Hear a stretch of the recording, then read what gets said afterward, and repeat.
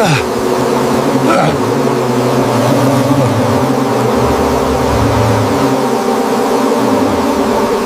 lived alone in the Adirondacks for 3 years after his wife died, kept to himself. Then one September morning, something in the woods needed help, only he could give. Comment 3 if you want to know what he found. Okay, here we go. Robert Sinclair was 67 years old and had stopped expecting much from life. 3 years since Helen died, stroke, sudden, didn't even make it to the hospital, and he'd learned to fill his days with routine. Coffee at 5:30. Check the weather. Split kindling. Read a chapter of whatever Western paperback he was working through. Make dinner. Pour 2 fingers of Jim Beam. Talk to Helen's photo on the mantle like she could hear him. Sleep. Repeat. The cabin sat 4 miles up an old fire road in the High Peaks region, same cabin he'd worked out of for 30 years as a ranger.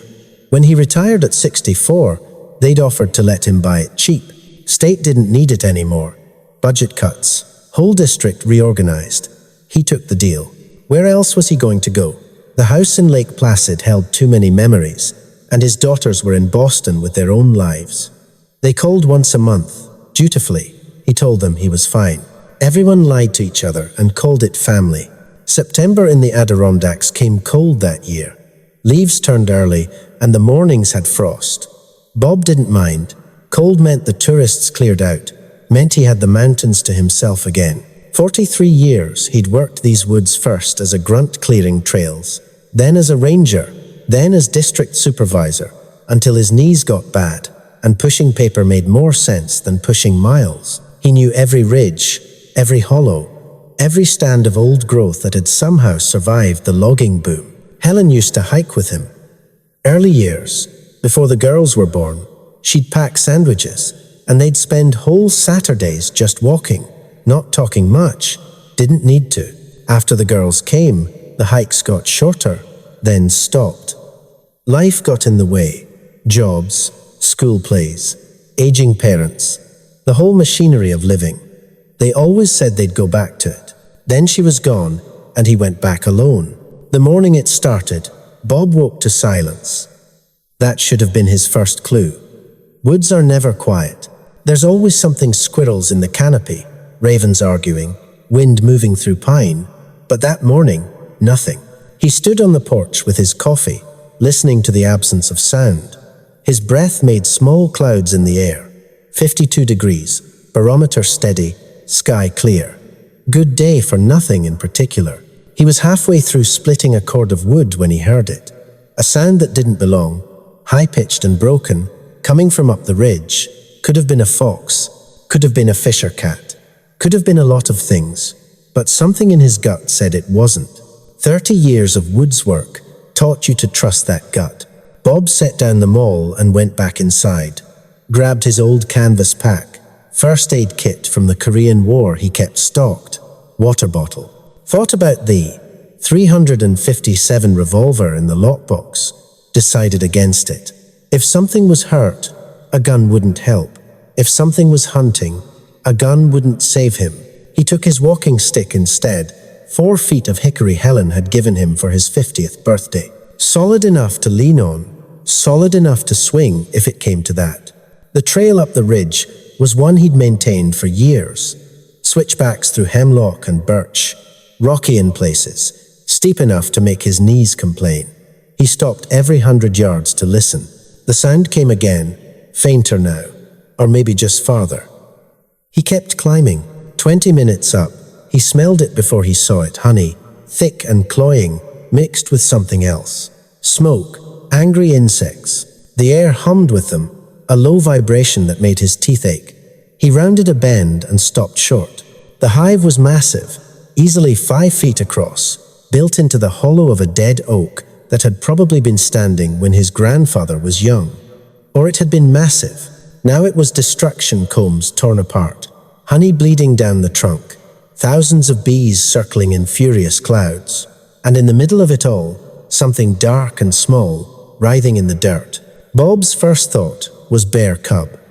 Too curious, got itself stung to hell, mother probably nearby. He scanned the trees, looking for the sow. Nothing. The thing in the dirt made that sound again, the one that had pulled him up here. Not quite animal, not quite anything he recognized. He moved closer, slow, talking low. Easy now, easy. The bees swarmed around him but didn't land. Wrong season for them to be aggressive, and maybe they'd spent their rage on whatever had torn their home apart. The creature didn't move away. It watched him with eyes that caught the light wrong, too round, too aware. Bob crouched 3 feet away and got his first clear look. His breath caught. It wasn't a bear. The body was wrong, compact, but not quite right. Proportioned like something between human and ape, but not cleanly either. Dark fur covered it, matted now with honey and dirt, and the crushed bodies of bees. The face was flatter than a bear's, broader than a monkey's. And the hands, Jesus. The hands had 5 fingers, nails like his own but thicker. They clutched at the ground, trembling. The creature's breathing came fast and shallow. Its whole body was swollen, welts rising under the fur wherever he could see skin. Had to be hundreds of stings, maybe thousands. He didn't know how much venom something this size could take before the heart gave out, but he knew he was looking at something dying. "All right," Bob said, more to himself than to it. "All right." He shrugged off his pack and pulled out the tarp he carried for emergency shelter. Moving carefully, he draped it over the creature. It flinched, but didn't fight. The bees buzzed angrily for a moment, then began to disperse. Bob slid his arms under the small body and lifted. It was heavier than it looked. Dense, solid, but it didn't struggle, just pressed its face against his chest like a child would. He could feel its heartbeat, rapid and irregular, could feel the heat coming off the swollen tissue. "Got you," he murmured. "Got you now." The hike down took twice as long. His knees screamed by the time he reached the cabin, and his shirt was soaked through with sweat despite the cold. He kicked the door open, carried the creature inside, laid it on the old wool blanket Helen had kept by the wood stove. For a long moment he just stood there, breathing hard, looking at what he'd brought into his home. His mind tried to make sense of it, tried to fit it into categories. He understood. It wouldn't fit. Then the creature whimpered, and Bob stopped thinking. He'd worked search and rescue for 15 years, pulled hikers out of ravines, splinted broken bones, kept people alive until the helicopter came. The species didn't matter. Something was hurt. He knew what to do. He started with the stings. Cool water first, dabbing carefully at the swollen welts. The creature's eyes followed him, glassy but conscious. He mixed baking soda paste, the way Helen used to for the girls when they'd get into wasp nests. Applied it gently. The creature flinched, but didn't pull away. Some of the stingers were still embedded. Bob used tweezers, working methodically, talking the whole time. "Easy, I know it hurts. Almost done with this one. There we go." He didn't know if it understood the words, but it seemed to understand the tone. By the time he finished, 2 hours had passed. The creature had stopped trembling. Its breathing had slowed, deepened. Bob sat back on his heels, exhausted, and met those strange amber eyes. "What the hell are you?" he said quietly. The creature blinked. Its hand, and it was a hand, no denying that, reached out and wrapped around his wrist. The grip was weak but deliberate. The eyes closed. Bob looked at the small fingers against his weathered skin, looked at the rise and fall of the creature's chest, thought about Helen, about the empty cabin, about how he'd spent 3 years just marking time until his own heart stopped. "All right," he said again. "You can stay. For now." He heated soup, just Campbell's vegetable, nothing fancy, and tried to get the creature to drink some. It managed a few swallows before exhaustion pulled it under. Bob covered it with a second blanket, fed the fire, and sat in his chair watching it sleep. Outside, the sun dropped behind the ridge. The forest returned to its normal sounds: wind, birds, small animals moving through undergrowth. But Bob barely heard them. He was trying to remember if he'd ever been needed like this before. Really needed, in a way that mattered. He couldn't remember. The creature, he started thinking of it as the kid, though he didn't know why, slept through the night and most of the next day. Bob stayed close, checking the swelling, reapplying paste, making sure the breathing stayed steady. He'd called in sick once in 30 years, when Helen had pneumonia. Figured he'd earned a few days of not answering to anyone. By the second evening, the kid was sitting up, still weak, still covered in fading welts, but aware. It watched Bob move around the cabin with an intensity that was almost unsettling. When he chopped vegetables for stew, the kid leaned forward, studying his hands. When he added wood to the fire, those amber eyes tracked every movement. "You're a curious little thing," Bob said. "Wherever you came from, somebody raised you. You're not feral." The kid tilted its head, made a soft sound, almost questioning. "Yeah, I'm talking to you. May as well. Talked to my dead wife for 3 years. At least you might actually answer." He brought the kid a bowl of stew, cooled down enough not to burn, set it on the floor. The kid looked at the bowl, looked at Bob, looked at the spoon. Then it picked up the spoon awkwardly, but deliberately, and tried to copy what it had seen Bob do. "Jesus," Bob breathed. "You're learning." Over the next days, the kid healed fast. The swelling went down. The welts faded under thick fur. By the 4th day, it was walking around the cabin, touching everything with careful fingers. The books on the shelf, the photographs on the wall, the coffee maker. Learning, Bob found himself talking more than he had in years, explaining things. "That's a photograph. Yeah, it's me when I was younger. And that's Helen, my wife. She died." The kid touched Helen's face in the picture with one careful finger. "Don't know where you came from," Bob continued. "Don't know if your family is looking for you, but you're safe here, long as you need." He started calling the kid Dusty, after the color of its fur in certain light seemed to fit. Dusty learned fast how to use a cup, how to open doors, how to sit still when Bob checked the healing stings. And at night, when Bob sat in his chair reading, Dusty would curl up on the blanket by the fire and watch him with those two knowing eyes. Bob stopped talking to Helen's photograph, started talking to Dusty instead, told stories about his years in the woods, about the time he found a lost hiker in January who'd somehow survived 4 days in the snow cave, about the bear that used to raid his trash until he got smart about storage. Dusty listened. Bob was pretty sure it understood more than it should. On the 7th night, everything changed. Bob woke to his dog Old Duke, half-blind German shepherd who'd been Helen's before he was Bob's, growling low in his throat. The dog stood at the door, hackles raised, refusing to go out for his evening piss. Bob tried to coax him. Duke just growled harder. "Fine, piss on the floor if you want." He made coffee, trying to shake off the unease. 3 a.m., according to the clock. Too early to be up, too late to go back to sleep. He stood at the kitchen window, looking out at the clearing around the cabin. That's when he saw them. 2 shapes at the tree line, massive, upright. Even in the darkness, even at 100 feet, Bob could tell they weren't human. Couldn't be.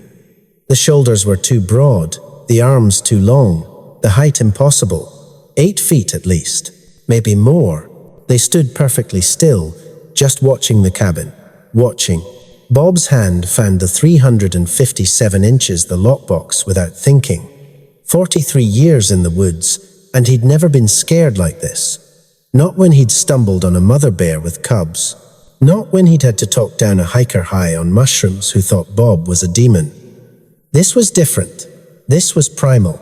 Dusty appeared beside him, pressing against his leg. Made a sound soft, almost musical. The kid was trembling, but not with fear, with recognition. "Those yours?" Bob asked quietly. The kid looked up at him. In those amber eyes, Bob saw the answer. He set down the gun, unlocked the door, stepped out onto the porch, with the kid pressed against his side. The 2 figures didn't move. Bob's mouth was dry. His heart hammered against his ribs hard enough to hurt. Every instinct screamed at him to go back inside, lock the door, grab the gun. He stayed where he was. "I didn't hurt it," he called out. His voice sounded thin in the darkness. "Found it by the old hive, half dead from stings. Been taking care of it. That's all." Silence. Then the smaller of the two figures, and smaller was relative, it still had to be 7 feet, lowered itself to one knee, released a sound that made Bob's chest vibrate. Not words, deeper than words, but he understood anyway. It was calling. Dusty pulled away from Bob's leg, took 3 steps toward the trees, stopped, looked back. "Yeah," Bob said. His throat was tight. "I know.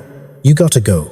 The kid ran then, covering the distance in seconds, crashing into the kneeling figure with enough force to rock it back. The larger one, the father, Bob assumed stepped closer, towering over them both. Bob could see it now in the moonlight.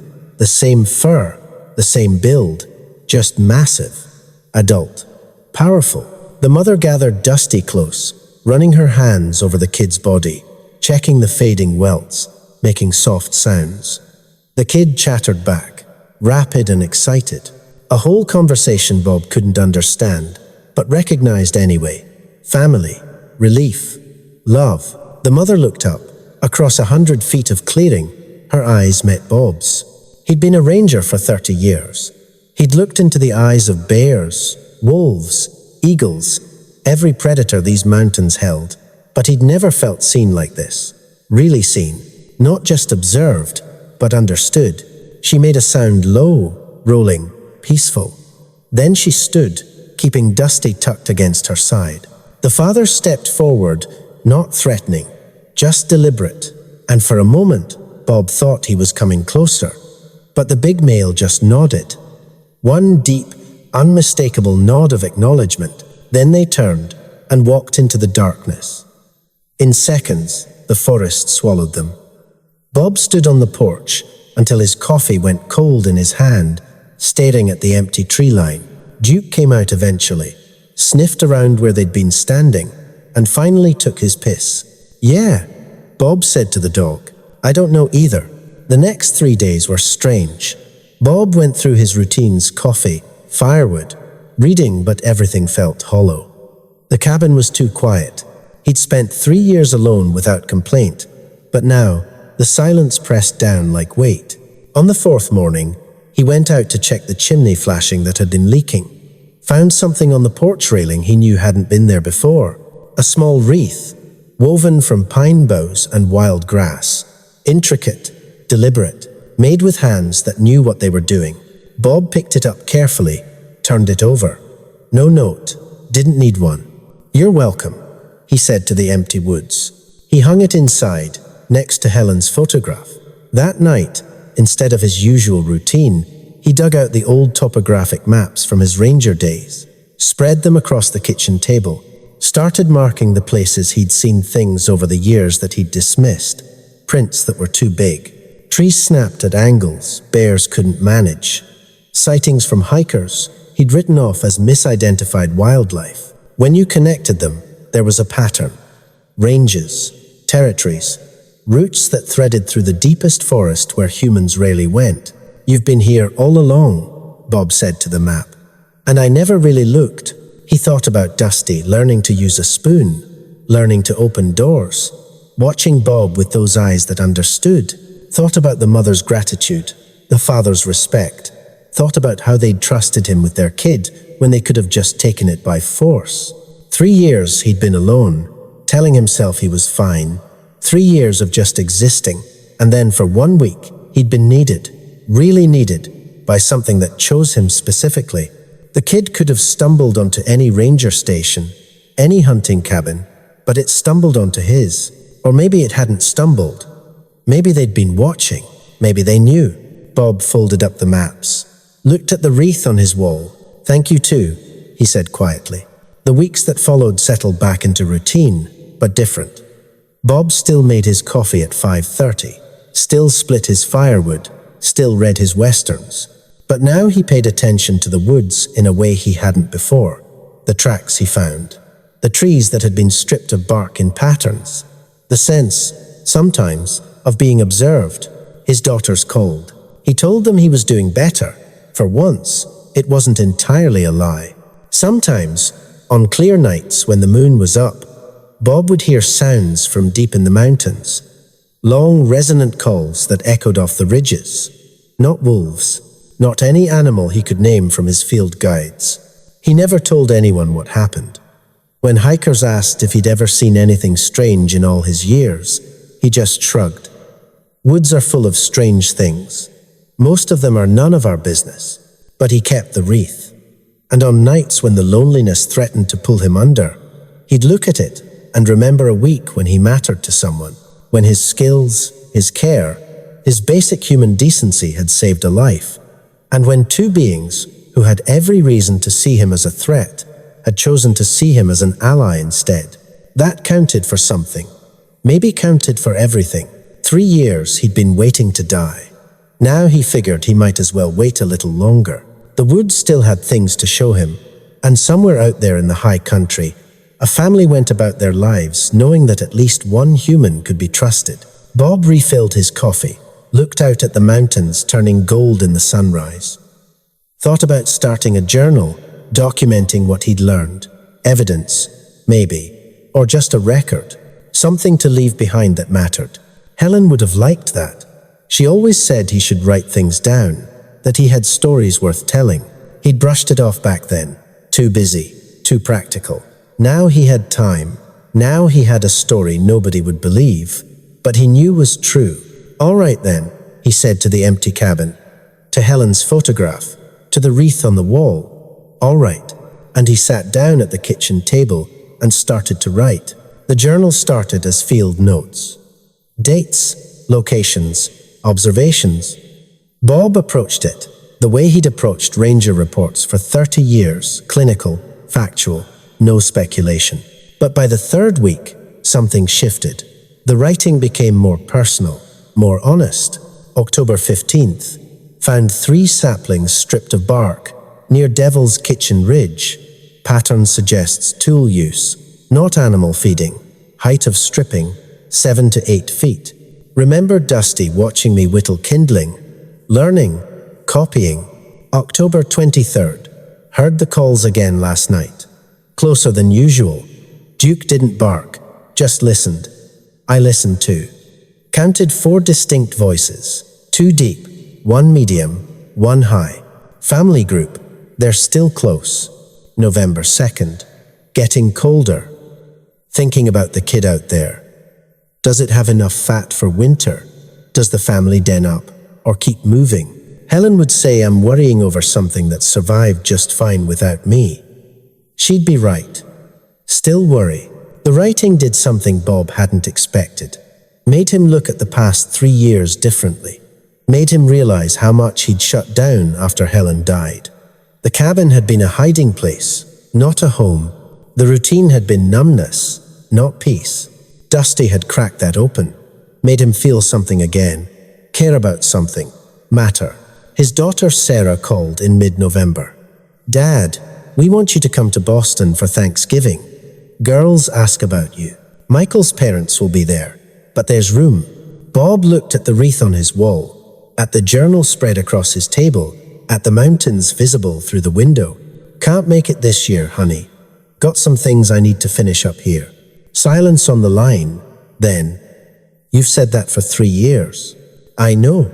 Are you okay? Really? Bob thought about what okay meant. 3 years ago, it meant getting through the day without crying. A month ago, it meant splitting wood and drinking bourbon and existing. Now, yeah, he said. I think I actually am. After they hung up, he added to the journal. Maybe next year. Maybe I'll have something worth telling them by then. Or maybe some things you keep to yourself. Helen always said I was better with woods than people. She wasn't wrong. The first snow came early that year, 10 inches overnight in mid-November.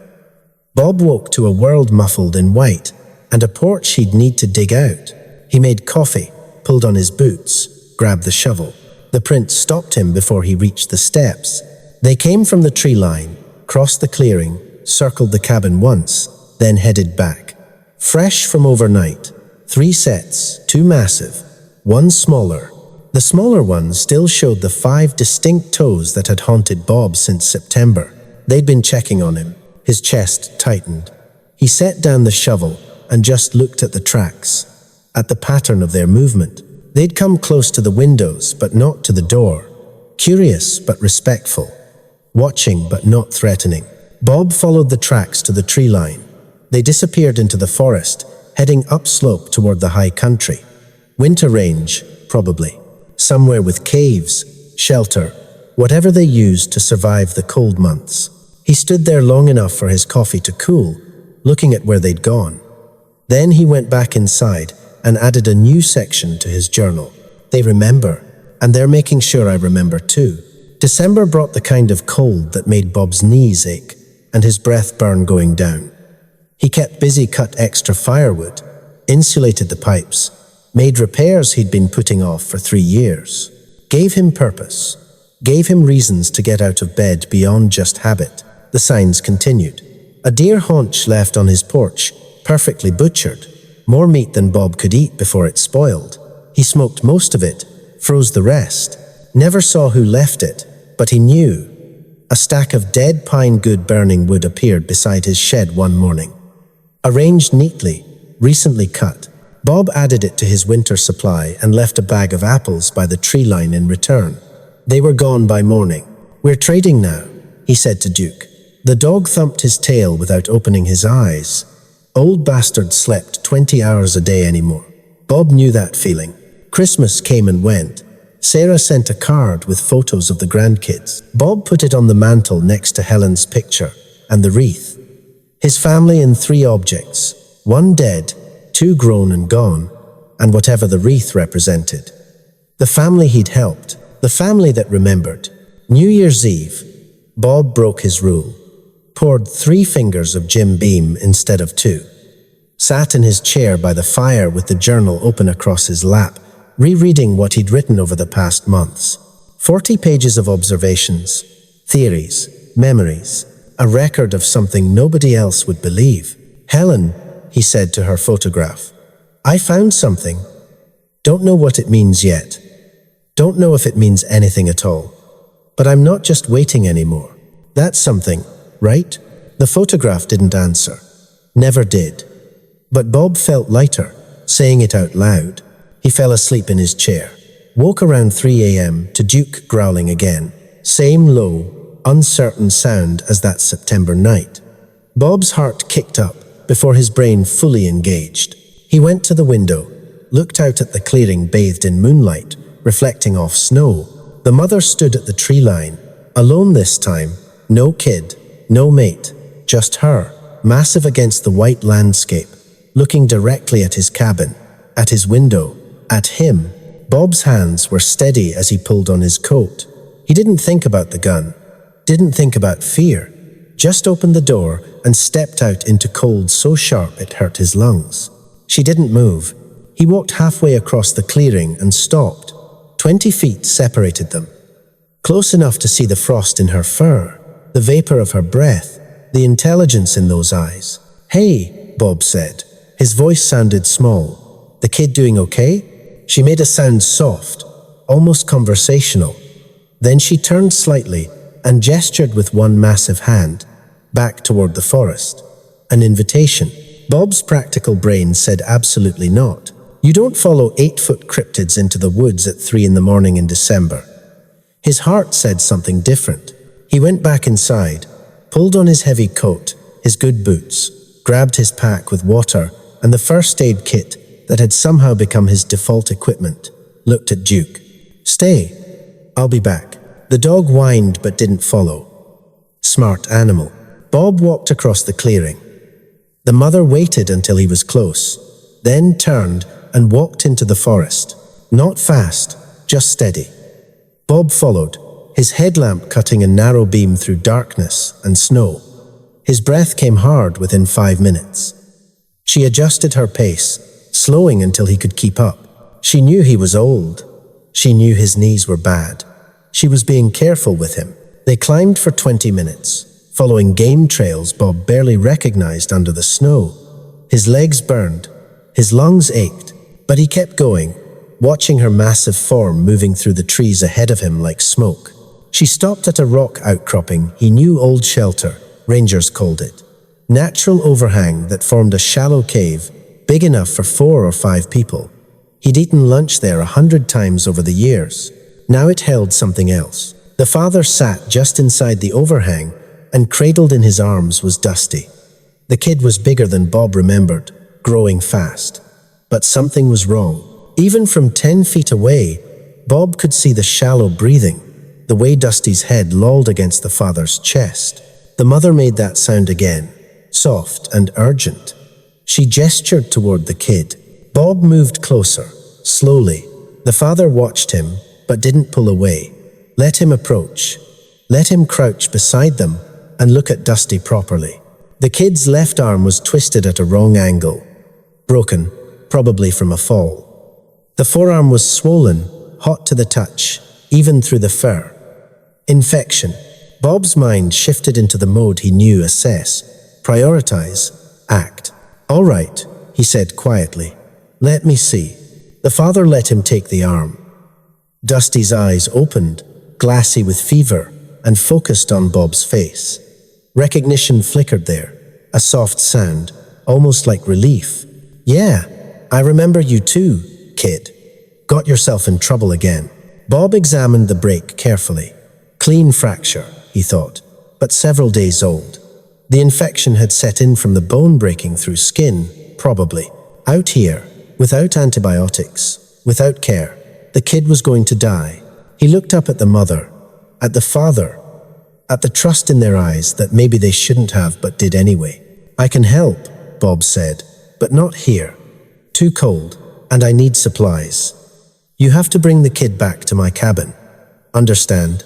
The mother looked at the father. Some communication passed between them that Bob couldn't read. Then the father stood, cradling Dusty carefully, and gestured for Bob to lead the way. The hike down took longer. Bob's knees screamed on the descent, and twice he had to stop and catch his breath. The father waited each time, patient, while the mother ranged ahead, scouting. They moved like a unit, practiced and careful. Family. By the time they reached the cabin, Bob was exhausted, and dawn was breaking gray in the east. He pushed open the door. Duke scrambled back, tail between his legs, but didn't bark. The father had to duck and turn sideways to fit through the doorway. His head nearly touched the ceiling. "Put the kid on the table," Bob said, gently. The father laid Dusty down with a care that broke something in Bob's chest. These weren't animals. These weren't monsters. These were parents with a sick child, desperate enough to trust a species that had probably hunted them for generations. Bob washed his hands, laid out his supplies: the first aid kit, the bottle of vodka Helen had kept for guests. They never had. Clean towels, duct tape. Not a hospital. Not even close. But it was what he had. "This is going to hurt," he said, looking at Dusty. "I'm sorry." He cleaned the wound first. The infection was bad, but not catastrophic. Not yet. He flushed it with saline, then vodka, watching Dusty's face contort with pain. The kid didn't cry out, just gripped the table edge with the good hand hard enough to crack the wood. The parents watched from against the wall, taking up half his cabin, silent and tense. "I need to set the bone," Bob said. "You might want to hold the kid down. This is the bad part." The mother moved forward, placed one massive hand on Dusty's chest, pinning the kid to the table. The father held the shoulders. Bob met Dusty's eyes. On 3. 1. He pulled on 2. Better to surprise than let anticipation build. The bone ground back into place with a sound that made Bob's stomach turn. Dusty screamed a sound that was animal and human and something else entirely. Outside, birds exploded from trees. Duke bolted under the bed, but the bone was set. Bob splintered it with sticks from his kindling pile and duct tape, wrapping it tight. Not pretty, but functional. Then he broke open his emergency antibiotic stash stuff he kept from his last bout of bronchitis, maybe expired but better than nothing, and ground up a pill in water. Got Dusty to swallow it, then another. Needs to stay warm, needs to rest, needs these pills twice a day for a week. He looked at the parents. Can't do that in a cave in December. Needs to stay here. The mother and father looked at each other. That silent communication again. Then they looked back at Bob and nodded. "All right then," Bob said. Welcome to the family, I guess. The reality of having 3 Bigfoot living in his cabin hit Bob about 2 hours later, after the adrenaline wore off and he realized what he'd agreed to. The father, Bob, started thinking of him as Jack, for no reason except it seemed to fit, was too big for the furniture. He sat on the floor in the corner, taking up space that used to be Bob's reading chair. The mother, Grace, Bob decided, positioned herself near Dusty on the table, never more than arm's reach away, and Duke refused to come out from under the bed. This is going to be interesting, Bob muttered. He made coffee. Grace watched the process intently, the same way Dusty had in September. Learning. When Bob poured a cup, she made a soft questioning sound. He hesitated, then poured a second cup, added milk and sugar, the way Helen used to take it, and offered it to Grace. She took the cup carefully, brought it to her face, sniffed, then drank. Her eyes widened slightly. She made a sound that might have been approval. Yeah, it's good stuff. Guatemalan. Helen got me hooked on the fancy kind. Jack gestured toward the cup. Bob poured a third. The big male tried it black, seemed to consider, then grunted. Not a fan. Bob added sugar and milk. Jack tried again and nodded. Great, now I'm running a coffee shop for cryptids. But something in his chest eased. The routine of it. Making coffee, sharing it, the small domestic gesture. It was almost normal, almost like having people over, if people were 8 feet tall and covered in fur. Dusty slept through most of the first day, fever-hot and restless. Bob changed the dressing twice, gave more antibiotics, kept watch. Grace never left the kid's side. Jack prowled the cabin periodically, checking windows, listening, guard duty. By evening, Bob's supplies were looking thin. He had maybe 4 days of food for himself. For 3 extra mouths, huge mouths, he had less than 2 days. We need to talk logistics, Bob said.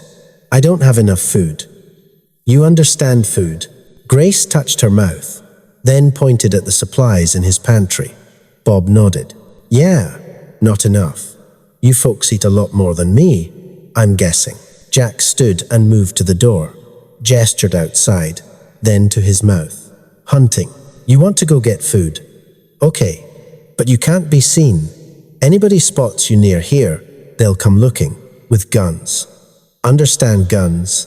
Bob picked up the 357, careful to keep it pointed at the floor. Both adults tensed immediately. They understood guns just fine. Right. So you hunt at night, far from here, and you bring back whatever you get. Deal? Jack studied him for a long moment, then nodded, moved to the door. Grace made a sound sharp, worried. Jack turned back, went to her, pressed his forehead against hers. A goodbye. Then he ducked through the door and was gone. The cabin felt smaller with just Bob, Grace, and Dusty. Quieter. Grace settled back beside the kid, one massive hand resting on Dusty's chest, feeling each breath. Bob watched from his chair, coffee growing cold in his hands. You're a good mother, he said quietly. I can tell. Grace looked at him. In her eyes, Bob saw something he recognized. Exhaustion, worry, the bone-deep fear of watching your child suffer and not being able to fix it. He'd seen that look in Helen's face when their oldest, Sarah, had pneumonia at age 4. That helpless, desperate love. Kid's going to be fine, Bob said. Bone will heal. Infection will clear. Just needs time. Grace made a soft sound. Maybe she understood. Maybe she just heard the tone. Either way, she seemed to relax slightly. They sat in silence as darkness fell. Bob fed the fire. Grace watched him work, learning the rhythm of it. When he set down the poker, she picked it up, mimicking his movements, pushing the logs, adjusting the airflow. She was strong enough to snap the iron poker like a twig, but handled it carefully, precisely. Smart, Bob said. Helen was like that. Watched something once, could do it. Me, I had to practice everything a dozen times. Grace set down the poker and looked at Helen's photograph on the mantel. pointed to it, then to Bob. A question. Yeah, my wife. She died 3 years ago. Bob's throat tightened. Stroke. She was 61. We were supposed to have more time. Grace moved to the mantel, studying the photo. She touched it gently, just one finger against the glass. Then she looked at Bob and made a sound low, mournful, universal. Grief had no species. Thanks, Bob said. Yeah, it was hard. Grace returned to Dusty's side. Bob added another log to the fire. Outside, wind picked up, rattling the windows, temperature dropping. Jack was out there somewhere in the dark, hunting. Bob hoped he'd find something, hoped he'd stay hidden, hoped this whole insane situation would somehow work out. He must have dozed. He woke to the sound of the door opening and Jack returning, carrying a doe carcass over one shoulder, already gutted, mostly butchered. The big male laid it on the floor, snow melting off his fur. Well, that solves the food problem, Bob said. Can't keep it inside though, too warm. I'll show you. He took Jack outside to the old meat shed, the one he'd built back when he regularly hunted, showed him the hooks, the ventilation, the way to keep scavengers out. Jack understood immediately, hanging the carcass with a care that surprised Bob.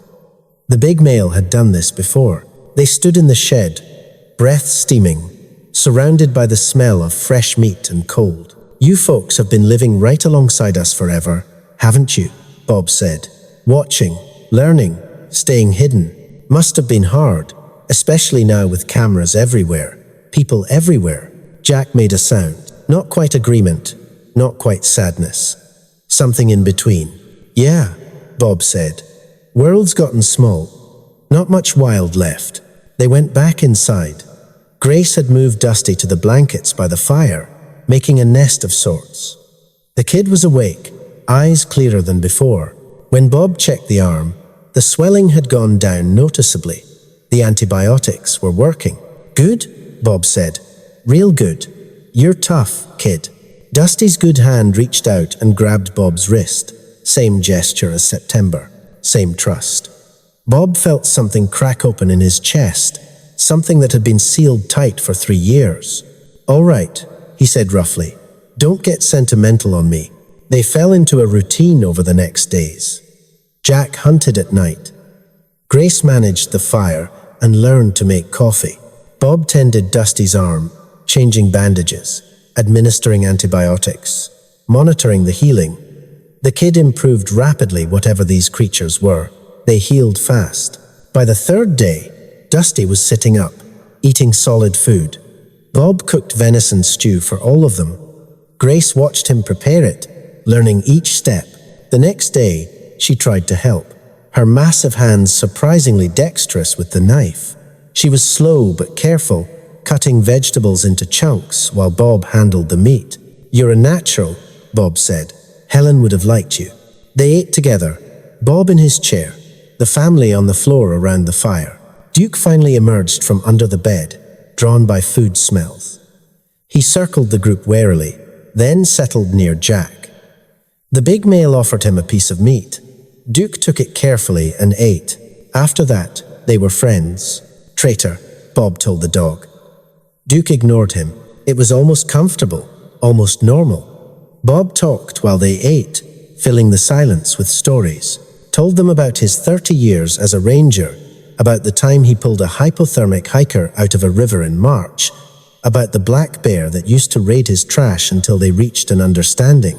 The family listened. Bob wasn't sure how much they understood, but they paid attention. That was enough. On the 5th night, Bob was checking Dusty's arm when he heard engines. Distant, but distinct. Snowmobiles, at least 2 of them, coming up the old fire road. Jack and Grace heard them too. Both adults stood immediately, tense and ready. Bob's stomach dropped. Shit. Probably fish and wildlife. They check on me sometimes, make sure I haven't died up here. He looked at the family. You need to hide. Now.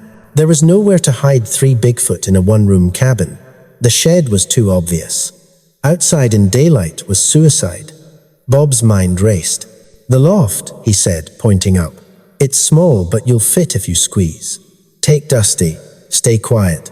Don't move no matter what you hear. Jack and Grace looked at each other, then at Bob. Decision time. Trust or run. Grace picked up Dusty carefully. Jack pulled down the loft ladder. They climbed up, folding themselves into the space under the roof that Bob used for storage. Barely enough room. Bob pulled up the ladder and shoved a tarp over the opening. The engines grew louder. Bob's heart hammered. He grabbed a book, sat in his chair, tried to look casual. Duke whined. "Yeah, I know," Bob muttered. "This is bad." The knock came 2 minutes later. Bob forced himself to stand slowly, like an old man with nothing to hide. Opened the door. 2 rangers stood on his porch. Both young guys he didn't recognize. New hires. They wore the uniform he'd worn for 30 years, carried the radios and gear he'd carried, kids playing at the job he'd mastered. "Help you?" Bob said. The taller one smiled. "Mr. Sinclair?" "Just doing wellness checks on isolated residents, making sure everyone's okay after that last storm." "I'm fine." "Storm wasn't bad. Mind if we come in?" "Just for a minute. Want to verify you have adequate supplies." Bob did mind, but refusing would seem suspicious. "Sure. Place is a mess though." He let them in. They looked around, professional but curious. The cabin was small enough to see everything at a glance. The messy kitchen, the fire, the blankets piled by the stove, the empty coffee cups, 2 extra cups, the kids' cup from breakfast. The shorter ranger picked one up. "Got company?" Bob's mind went blank for a second. Then, "Grandkids visited last week. Haven't gotten around to cleaning up. Grandkids from Boston. Long trip in winter. Christmas was recent. They came then." Lie piled on lie. Bob kept his voice casual. "They left a mess. Kids always do." The ranger set down the cup, looked around some more. His eyes caught on the meat shed visible through the window. "Been hunting?" "Deer. Got one last week." Legal tag. Bob had his permits. Always current. Old habit. "Mind if we check?" "Help yourself." They went outside. Bob's chest felt tight. In the loft, he heard a faint creak. Someone shifting weight. The rangers were 20 feet away, couldn't hear it, but Bob did. He coughed loudly, covering the sound. The rangers came back in. "Nice deer. Clean shot. You always were a good hunter." "Wait, you know me?" Bob said. "My dad worked under you, Tom Callahan. He said you were the best supervisor he ever had. Said you actually cared about the work." Bob remembered Tom. Good man, retired now, probably. "How's your dad doing?" "Good. Still in Lake Placid. I'll tell him I saw you." "Do that." They chatted for another 5 minutes. Normal conversation about weather, wildlife populations, budget cuts. Bob played his part, the old retired ranger shooting the shit with the new generation, but his awareness stayed locked on the loft, on the silence that had to be maintained, on the 3 lives depending on him. Finally, they left. Bob watched their snowmobiles disappear down the trail before he let out his breath. "They're gone," he called softly. The tarp moved. Jack's massive head appeared, then Grace and Dusty. They climbed down carefully. Grace was shaking. Jack looked ready to fight. Dusty just looked scared. "It's okay," Bob said. They didn't know, but that was close. Too close. He made coffee with hands that trembled slightly. Grace took her cup, but didn't drink, just held it. Jack paced, too agitated to sit. Bob understood. They'd been vulnerable, trapped. One wrong sound and everything would have ended. For them, probably with bullets. For Bob, probably in a psych ward. "Listen," Bob said. "I need you to understand something. More people will come. Maybe not today, maybe not tomorrow, but eventually. I'm old. I live alone. People check on old people, and when they do, you can't be here." Grace made a sound low, distressed, gestured to Dusty's arm. "I know the kid isn't fully healed, but you can't stay here much longer. It's not safe, for any of us."